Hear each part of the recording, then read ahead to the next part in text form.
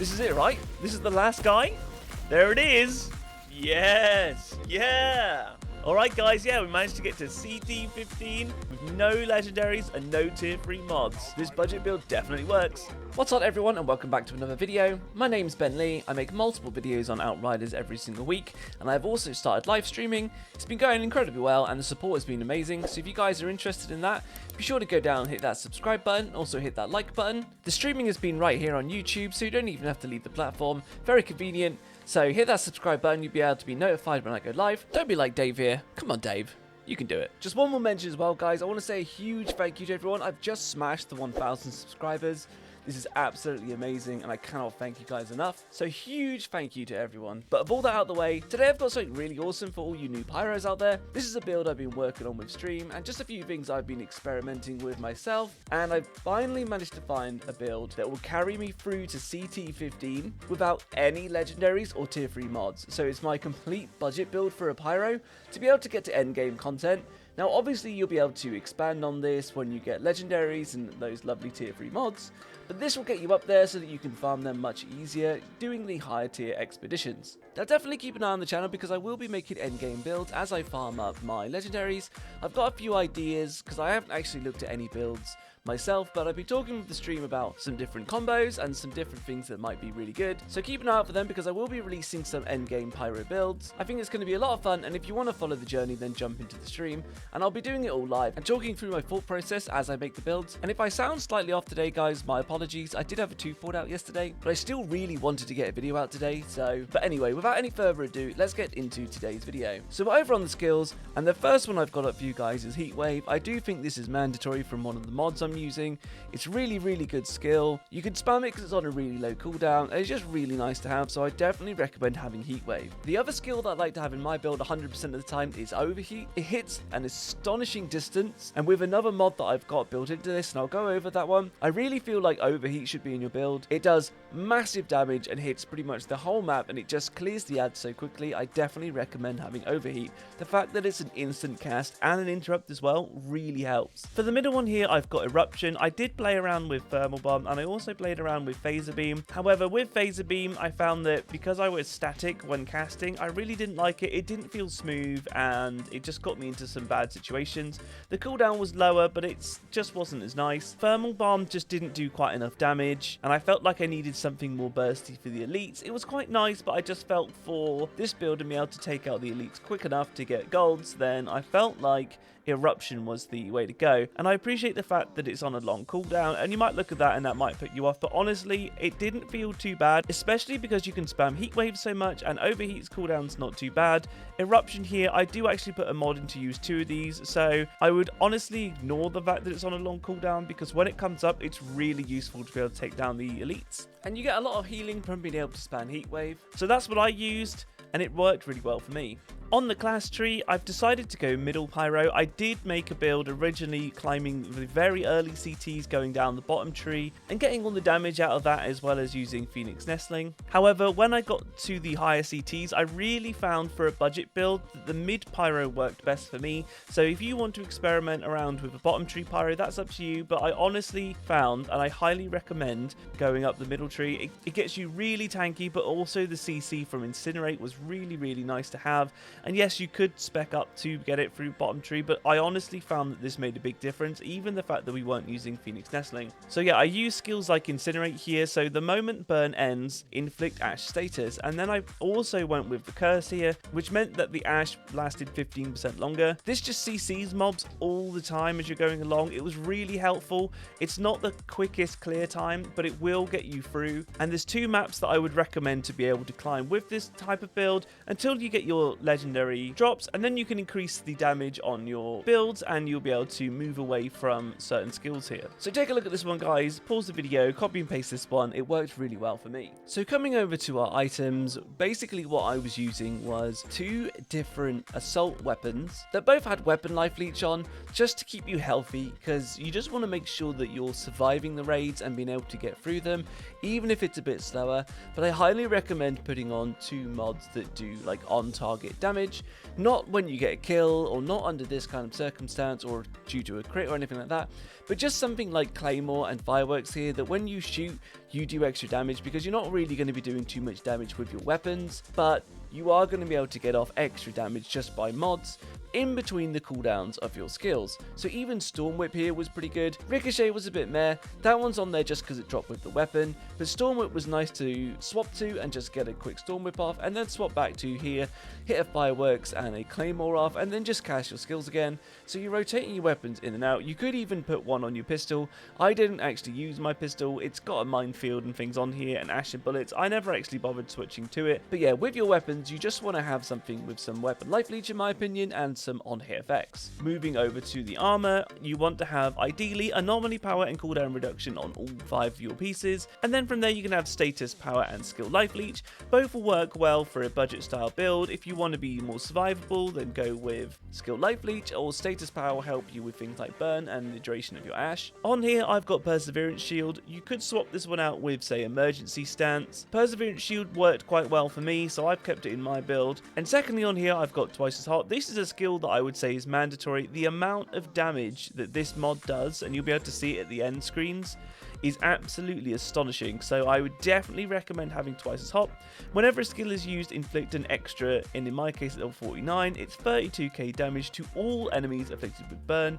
Your melee does count as a skill as well, so you can burn loads of things and then weave melees into your rotation, and I do it in my build and it works really well. So twice as hot is definitely mandatory. Moving down here, again you can see anomaly power and cooldown reduction. Yes, it's not a god roll piece, it's got healing received. I couldn't get one in, but as long as you've got anomaly power and cooldown reduction, that's great. I put on tidal wave, so heat wave's got an extra cast, and I found this really good, and it is pretty much mandatory for one of the other mods I'm using, and I'll show that as well. But the second one here, we've got Pants on Fire. This mod is absolutely amazing to get the most out of your overheat. So Pants on Fire, overheat, increase by 39k the damage to enemies who were damaged by the skill but did not have their status consumed. So overheat does extra damage if it consumes, for example, burn status on an enemy, but because the range is so massive, just spamming this one, you'll be hitting adds just around the outside of the map, and this basically just does extra damage to those ones, even though you haven't hit them with any kind of CC or burn or anything yet. So it's absolutely mandatory, and it's amazing for just clearing out the adds all around the map. You don't even really have to bother going up to them. You'll just find that they just die off, which I find hilarious. I honestly couldn't believe how far overheat actually hits until I tried it myself, but yes, definitely put Pants on Fire in your build. Next up here, I've got Ride the Wave. This is for another heat wave. It's really good. I'd highly recommend having this one in your build.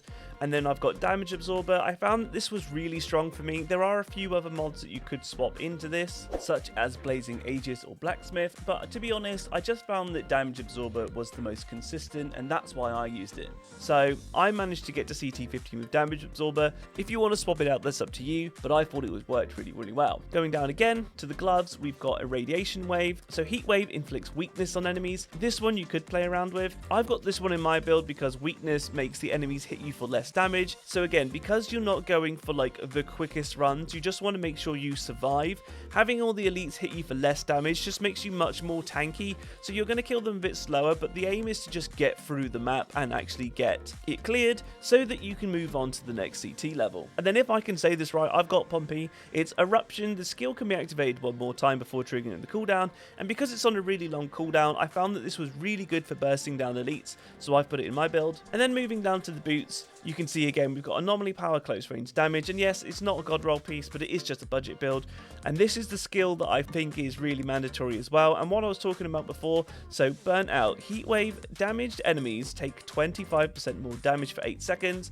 This one stacks up. I'm not quite entirely sure if it stacks up to a maximum of 50% extra damage or 75% extra damage on enemies for all your next skills, but it works really well because you can spam Heat Wave so much. You basically make them take more damage, and then you hit off your eruptions and you hit off your other skills as well as using your weapons, and it just does a ton more damage to the elites, and it just really helps you take them out quickly. So Burnt Out I'd highly recommend. It's also another great one for co-op because you're going to be debuffing things as you go along, so if you're doing this build co-op, then it's really going to help out your friends to do much more damage. And the last one here, I've got Untamed Power. I really absolutely love this skill. The sound effects and the damage it does is absolutely amazing. I love the fact that every time you cast a skill or even use your melee, it does this AoE boom around you. It sounds really cool, guys, and it really does a lot of work in your runs. So Untamed Power, using skills, deals 38k damage to enemies within a 5-meter radius around you. The damage is equal to 30% of your anomaly power. So this is great as well, because if you do get surrounded by alien creatures and you use your melee, it just does a ton of extra damage there. But also remember, when you're using your melee, twice as hot will proc as well if you've got things to burn. So you're just doing a ton of damage. So I highly recommend weaving melees in and out of your rotations with this, because you're going to be proccing twice as hot, but you're also going to be proccing extra untamed powers. And if you think you can survive it and get up close to an elite like a broodmother and do all of your skills as well as melees, the untamed power will do so much damage to them. You can really take them down quick. I tend to stay at distance and just do it safer and slower, but if you wanted to get like ultimate burst with this, then you want to go in close and basically cast all of your skills as well as melees, and untamed power will do absolute work for you. Alright guys, so as normal, I'll put up on the screen all of the mods at the same time, so you can pause the video and have a good look. Remember, if you do like this, then go down and like the video. Obviously this is just a budget build and you can get much better than this, and I will be doing that, so don't forget to swing by the stream if you want to see what I'm doing and how I'm going to be building my pyro. There's one more thing I want to talk about as well, but before I get to that, I just want to shout out for the Discord that we've got going. There's an absolutely amazing community going on there. It's completely free. The link will be in the description if you fancy joining it. There's loads of people in there offering advice with their builds, as well as doing free carries for CT climbing. So a big shout out to you guys. Keep up the good work. You're doing absolutely amazing, and thank you so much. Love you to pieces. Alright guys, so the last thing I wanted to talk about is what expeditions to do, because if I show you on my pyro here, the only 3 that I've actually done, and I'm now at CT 15, is Chem Plant, Archeways, and Stargrave. And you can see this was at tier 9, this was at tier 13, which was fine because getting silver at tier 13 still carried me up to the next level for tier 14.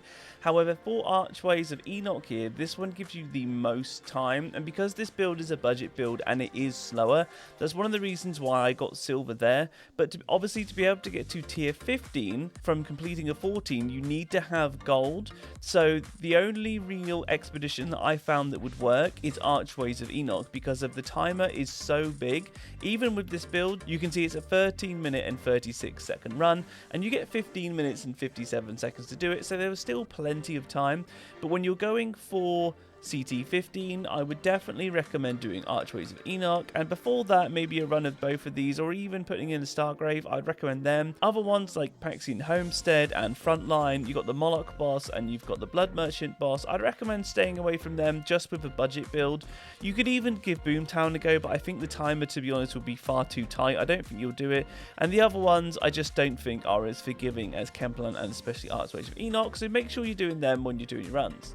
Alright guys, that's what I've got for you today. This is my budget AP Pyro build that carried me all the way to CT 15. I'll leave you with the rest of this CT run. This was the actual run that carried me from CT 14 up to 15. Recorded it for you so you can have a little watch. It's the one that's been playing in the background from the start of this, and I'll leave the whole run here so you can see what I've done the whole way through. And if you want to check out more, come check me out on the stream. I stream right here on YouTube. If you like the video, please give it a like, and consider subscribing if you've learned anything. I'll be posting multiple videos on Outriders every single week, and let me know in the comments what you think of this build. Maybe you've got something else that you would prefer to try, or another mod that you think would be amazing.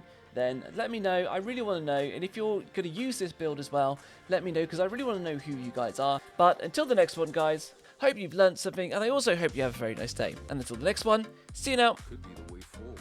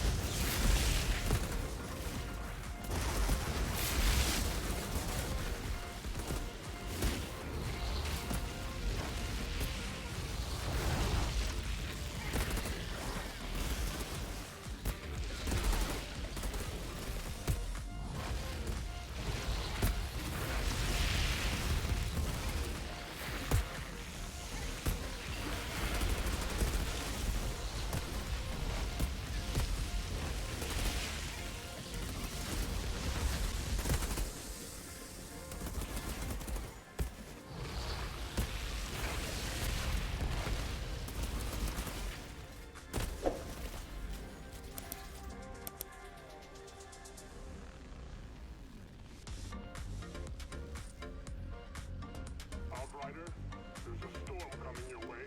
There's a well here. Spewing anomaly energy, it's creating the storm. That's what's causing the vibration. At least I know I haven't completely lost my mind. Now get out of there.